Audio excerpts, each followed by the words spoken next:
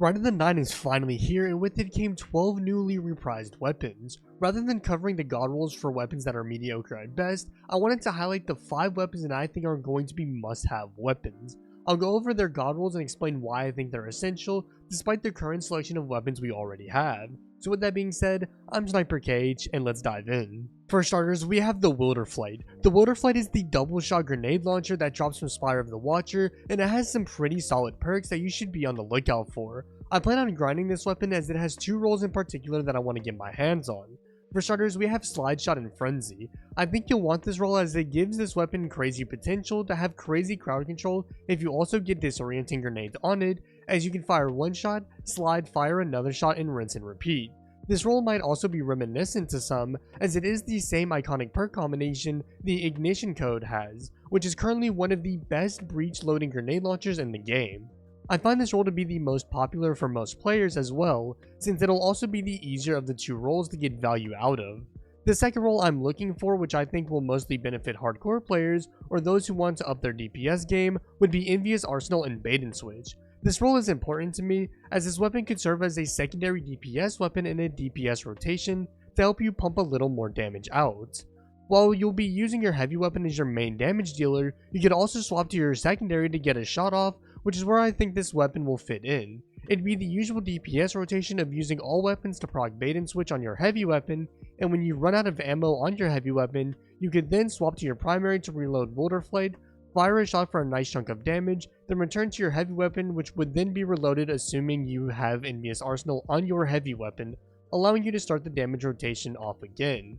Overall, I think this weapon offers a lot for both casual and hardcore players, which is why it's on this list.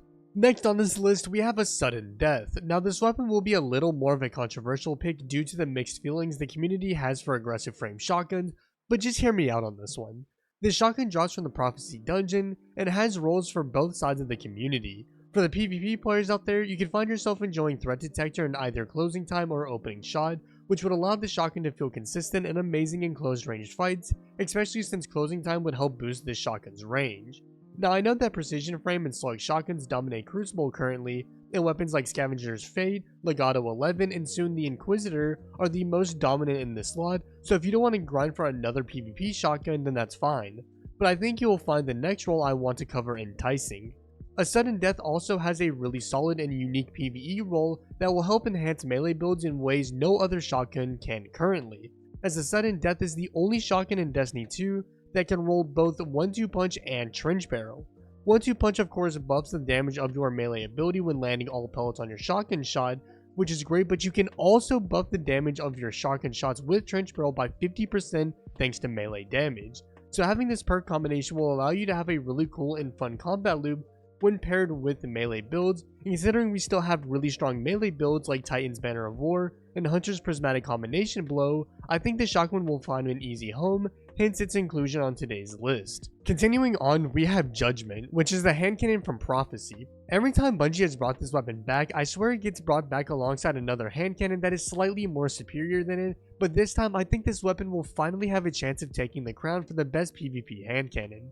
The reason I believe this is because it comes with the 2 best PvP hand cannon perks in the game currently, being Slide Shot and Precision Instrument, both of which will make this weapon feel more consistent with bonus range, stability, and damage for your fights. You could also opt for Lone Wolf and Opening Shot, which would make this weapon feel amazing for fights as well, but I'd prefer the Slide Shot and Precision Instrument role.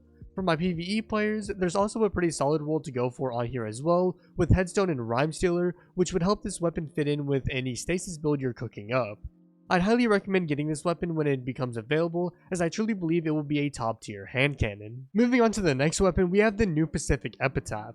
Now while waveframe grenade launchers did get nerfed with the final shape, they're still a pretty solid weapon archetype, and this weapon is a good example of why. This weapon has some roles that will help elevate builds you're making, or just be a solid ad clear weapon overall. For column 3, you can get away with using Unrelenting, Rhyme Stealer, or Lead from Gold for an ad clear role, while Demolitionist will help assist with grenade focused builds you might have.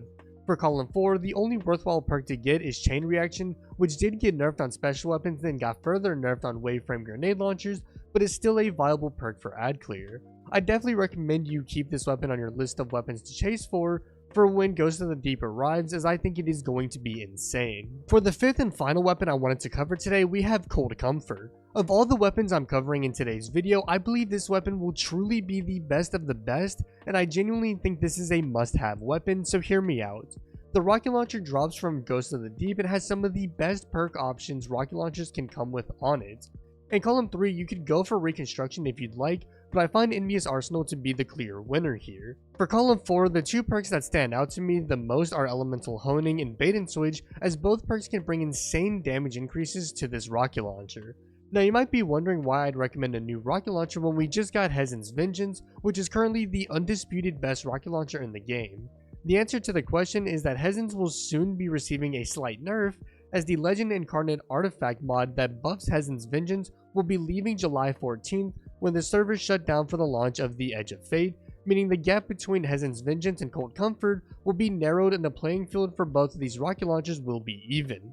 From that, I'd highly recommend you look into getting this weapon, because it could be very easily become the best rocket launcher in the game. Well, that'll wrap up today's video. If you found it helpful, consider dropping a like and subscribing to the channel for more Destiny 2 content dropping weekly. If you'd like to come catch me live, then you can do so over at twitch.tv/SniperKH_, where I plan on streaming the entirety of this event and doing some dungeon runs with my community, so if you're interested, then stop by and drop a follow.